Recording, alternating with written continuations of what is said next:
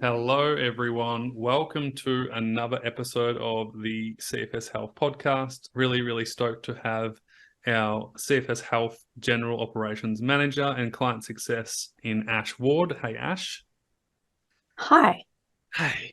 We were just talking off air about information overload when it comes to recovery and just feeling so consumed and overwhelmed in recovery because of all this information. What to do with it? Why isn't it working? It needs to happen faster. Am I doing it right? All this kind of stuff. So we want to talk about that today. How to deal with overwhelm and overload information when it comes to recovery. Before I do that, I want to share win of the week. This week, I want to share a massive shout out to Charlie Benyon. And this is a lady who is a past member. And I'm giving her a shout out because recently one of our current members said she watched the success interview of Charlie and she said, "Oh my God, I literally related to every single word she said. And I feel so understood." And so I want to give a shout out to Charlie because one, thank you, Charlie, for doing that interview. It was powerful. I loved it. It was a fun one. She had to do it in her car because it was so cold in her house. She was getting her house fixed up. And so she was in the car with the heater on in the cold UK weather. And if you haven't watched that interview, go watch it now. It's called Mum of Two Recovery. But if you just search for recovery stories on YouTube, for our mentorship members, it's inside your app in the success stories part. So let's get into today's conversation around information overload. Ash, you're head of client success, and so you deal with all our members and you see kind of what's going on, especially with people who are reaching out to us who are wanting help. What do you see on a day-to-day basis when it comes to this kind of conversation around, oh my God, I'm so overwhelmed. I don't know what to do. Totally. Well, first of all, we have such an understanding of how much people have perhaps been seeking and looking for answers prior to finding us. So that can be 10 years, 20 years. Exactly. Decades of researching and searching and seeking and looking and trying to figure it out. Trying and failing. That's one of the biggest things that you're so spot on. See, this is why you're head of success. Because it's so true. There is so much backlog of failing that people are so scared to fail when they do something new or try something new, especially when it comes to our program. And our program's so different because the program doesn't fix you, you fix yourself. Yeah. And I wouldn't even say you need fixing, you just help yourself get better and we help you do that. But there comes this really heavy weight of like, shit, what if it doesn't work for me? Or what if I fail? And with that comes this information overload of trying too hard, right? And also the speed that the nervous system and the mind has been working to try and search. People find our program and they feel absolutely massive senses of relief and like they've found something that they align with. But it doesn't necessarily mean it switches off all okay, I can like let go of all my need of seeking and searching and wanting to research. That doesn't necessarily drop away when someone comes straight into the program. So what I see is the overwhelm can still be there, and the searching and the need and the desperation and the trying to cling to like, okay, I've joined this program. I have all of this amazing information. I have access to all of these incredible coaches, integrative medical professionals. So give it all to me now. And of course, the body and the nervous system and the mind can still be like, I'm still so overwhelmed.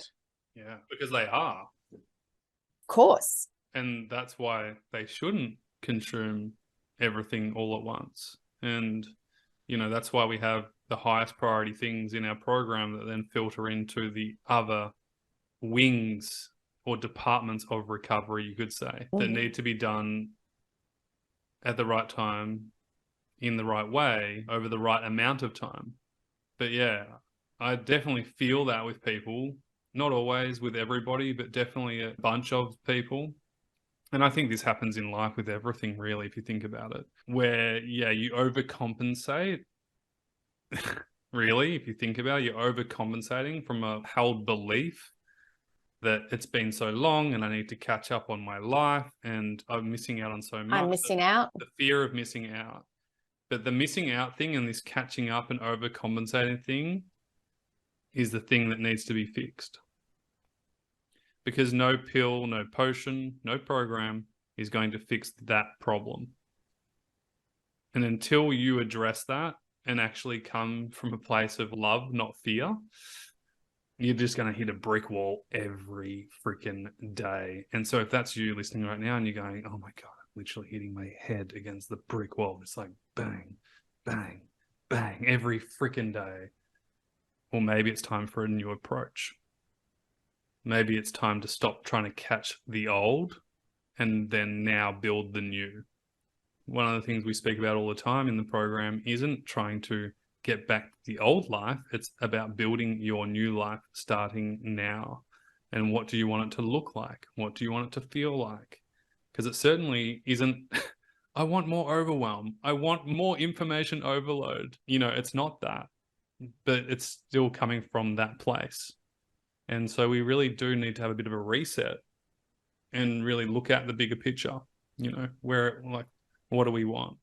It's so interesting you say that, Toby, because we had a call last night with some new members and one of these people said, I'm here and I'm excited for the new life that I'm going to create. Straight away. Wow, amazing. This was completely off her own bat. There was no prompt in that. And there is a very different energy and a very different journey ahead when you're coming from a place of like, okay, this is where I'm at. Whatever has happened, but this is where I'm at and I'm excited to create a new life. Versus this is where I'm at and I'm trying to get back my old life. Yeah, it doesn't feel good. It's harder. To get something back is so much harder than to move towards something that you want. Yeah. Yeah. So there's a thing in our program called the Values Aligned program.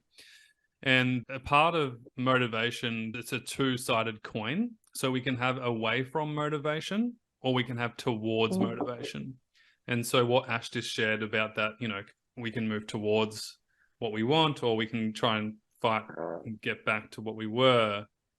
So towards is quite a nice feeling and it's very rare these days and there's no wrong or right. In fact, a lot of the most successful people in the world, let's say in martial arts or weight loss or whatever, a lot of their motivation actually comes from away from motivation, right? So like, for example, a fighter, like a UFC fighter, let's say they were bullied as a kid and they were always called weak. So that person then went and set on a journey, which was like, I never want to be weak again, or I never want to be called weak again. And so I'm going to be the strongest person in the world and I'm going to win because I'm not going to be weak. And so it's away from motivation. It's so strong and so powerful that it motivates that person to become strong, but it's still in a way that they're trying to get away from the weakness. Whereas a towards one would be, I want to feel strong and be able to defend myself if I need to. And therefore, I will feel confident and comfortable in any situation that comes my way. When I said that, do you feel a difference compared to the first one? Does it feel more relaxed around the gut kind of thing? So when we talk to our members about this, so let's bring it back down to chronic illness. So like, I want to get better because I'm sick of being sick. It's just such an away from motivation because it's just like, it doesn't feel that good, right?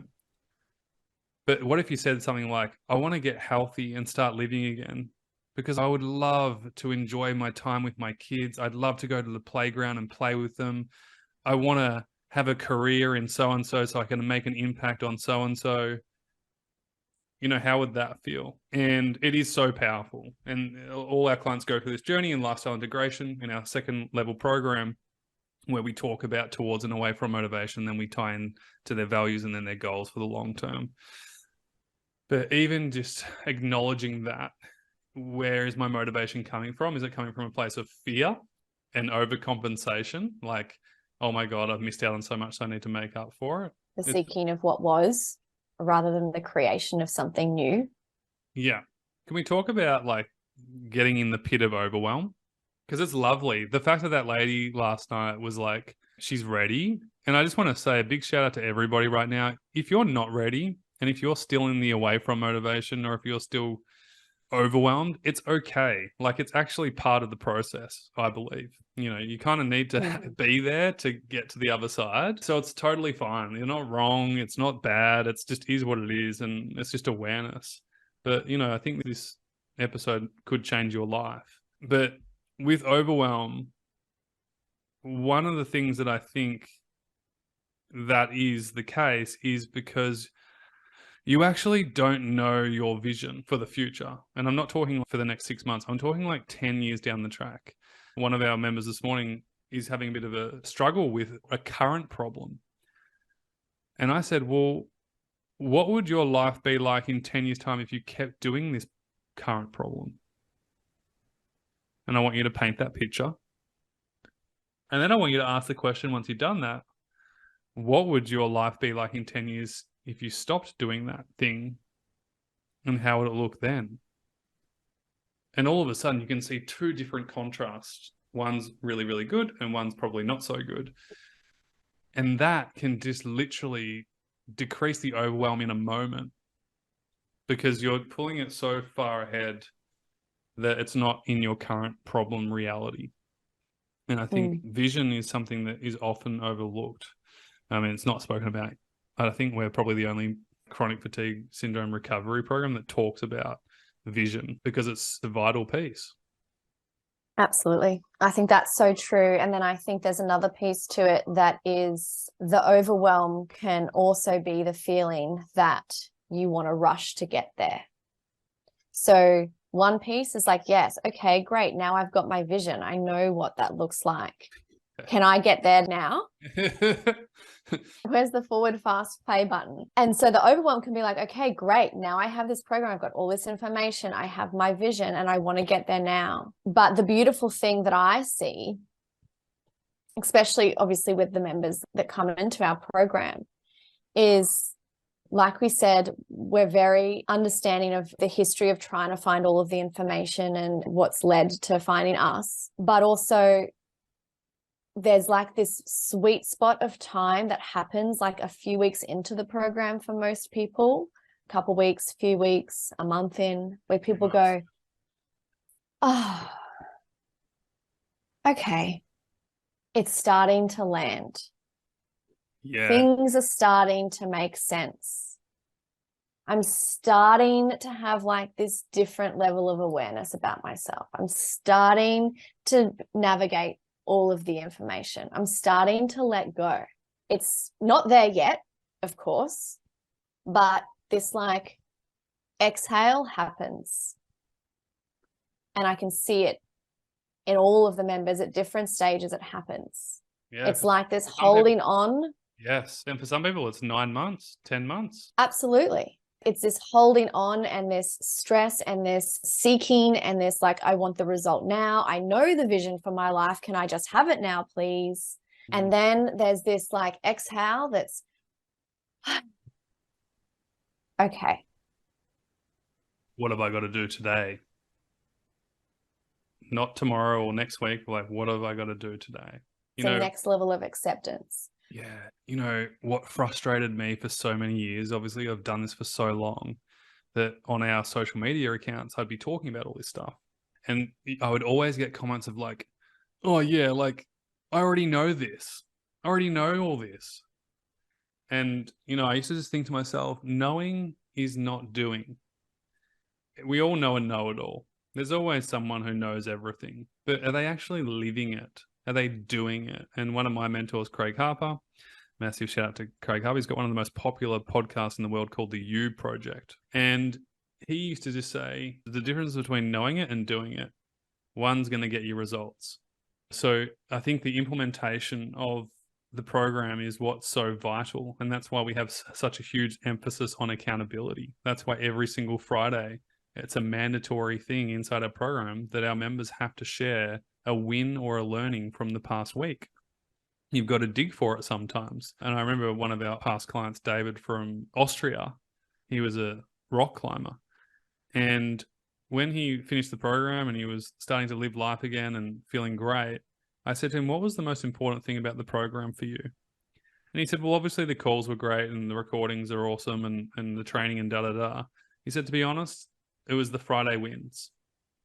He said that to me just gave me so much confidence that every week I had to check in with you guys. I had to share my win or a learning. But the other cool thing is I got to see hundreds of other people sharing theirs too. And in my mind, it helped paint a picture of what's possible for me.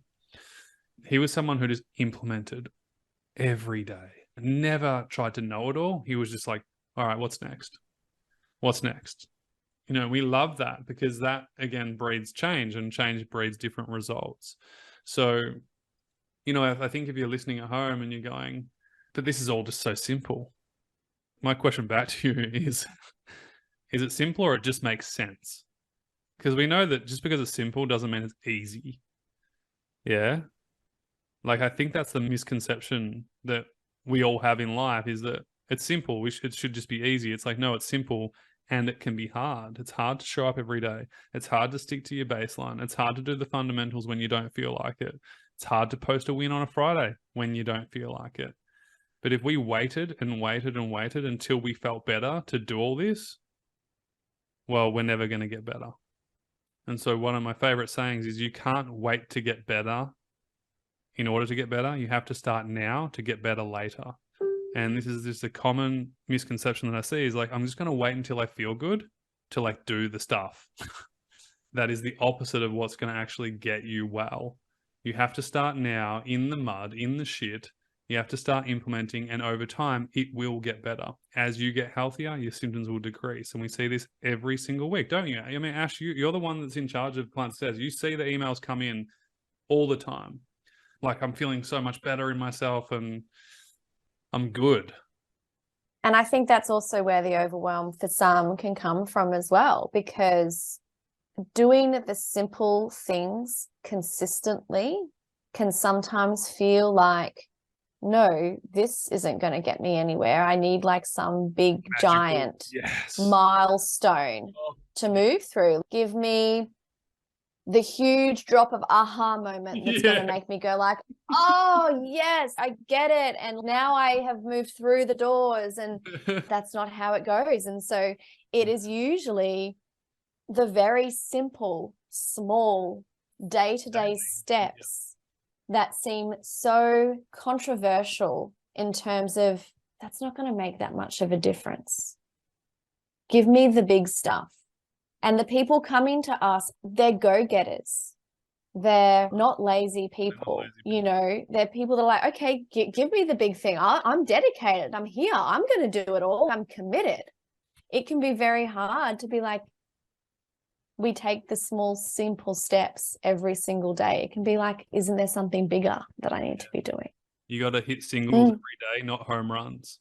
You know, that's one of my favorite sayings, is like, hit singles daily. Forget about the home run. The home run will come. We all want the breakthrough. You know, we want that like, oh, wow. Of course. The overnight quick fix, right? But the sooner you stop searching for that, the sooner you'll get better.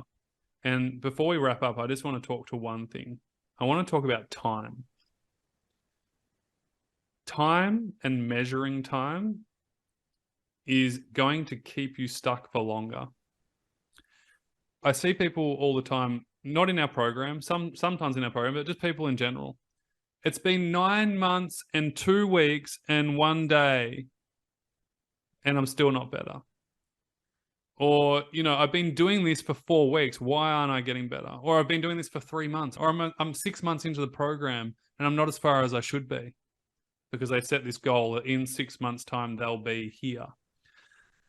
And I remember I had a client a while ago saying she was quite disappointed in the progress that she had made over the space of time that she was with us. And I said to her, well, you know what, though? If we break it down, it was only around 10 months or 11 months. And I said, that's only 11 blocks of 4 weeks. There's 11 blocks of 4 weeks. And you're upset that you're not living your life to the fullest and jumping out of airplanes with a parachute and having a great skydiving, you know, like that breakthrough kind of feeling that we think we're going to have. I said, to be honest, in 11 blocks of 4 weeks, I'm really happy with your progress. And all of a sudden it clicked. She was like, holy shit, yeah, that is really good. I've come a long way.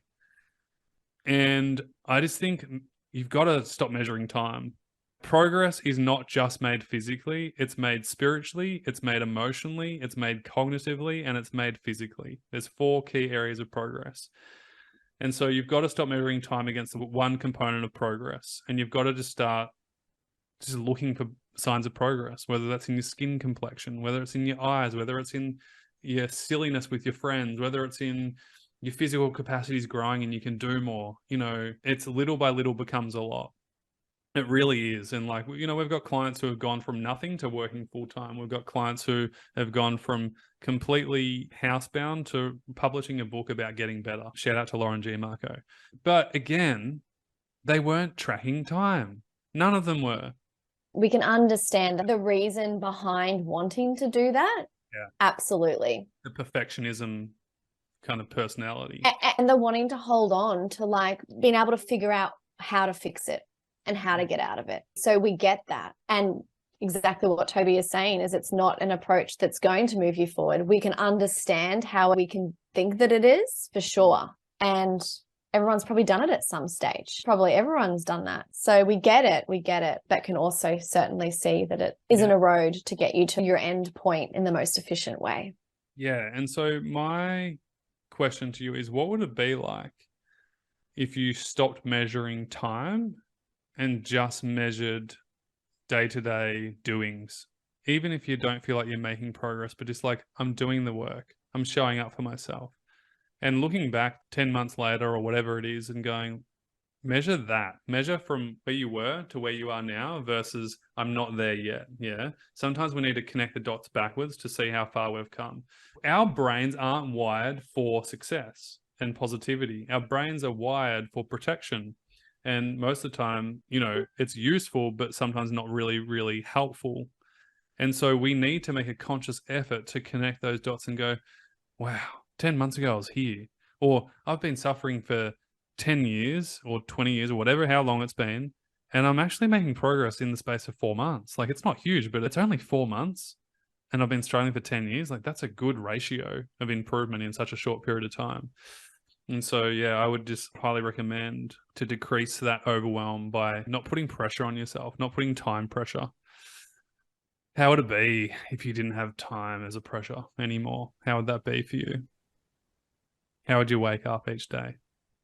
And how could that feel? And how could that benefit your recovery? I'm going to leave you with that today. Card of the day. We have quote cards. If you're watching this on YouTube, you'll be able to see this. Say no to the things that don't light you up. Okay. And I'm going to give you one more because this is my favorite one. Consistency over intensity. And this comes back to decreasing the overwhelm by not trying to have these intense big changes, because that's the biggest problem. You have too many ups and downs and you're just not getting anywhere, versus if you just are consistent with what you do day to day, week to week, month to month, over time, that will add up. And honestly, that's where the biggest changes come. We see it all the time. I just pulled a card too. What's your sorry. card? Yeah, I forget that you have a card. Relax. That's very fitting, isn't it? You need to have a relaxed approach, that's for sure. And I think really that's what it's coming down to. And there is such a thing as cognitive overload. And that's where you're using your brain too much to consume information, whereas you actually don't need more information. You just need more implementation of the thing that you already know. Hope this was helpful. Have a great week wherever you are. And I'm sure we'll see some of you very, very soon. Au revoir. Thanks again, Ash. Always a good convo. It's always brilliant. Should we bring her back? Let us know in the chat. Bring her back. Thank you. Speak to you soon. I hope you found this episode of the podcast really, really helpful. Here are 3 ways we can help you whenever you are ready. So first of all, we have a free information group on Facebook. And so if you do have a Facebook account, make sure you go and join that group. There is strictly no negative venting. It's a very supportive, uplifting group. And there are some great trainings in there that can help you get started with your recovery. So it's called the CFS Health Recovery Information Group. There's a link here anyway, so click that link and join it. The second thing is we have a bunch of free trainings that will really help you understand where you're at, but also help you move forward. So we're going to leave a bunch of free trainings for you. So click on that. We'll send it to your email, and obviously you can watch them in your own time.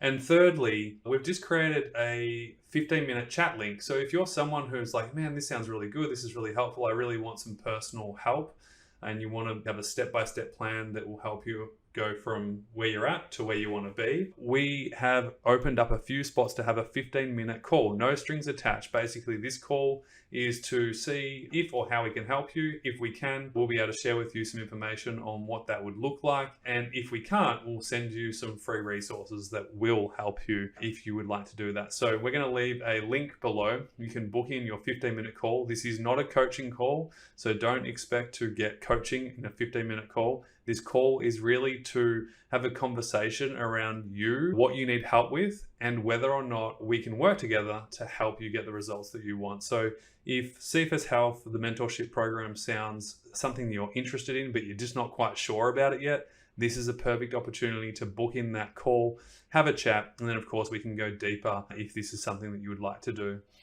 Hope you found the podcast helpful. Please leave some love, especially on the YouTube channel.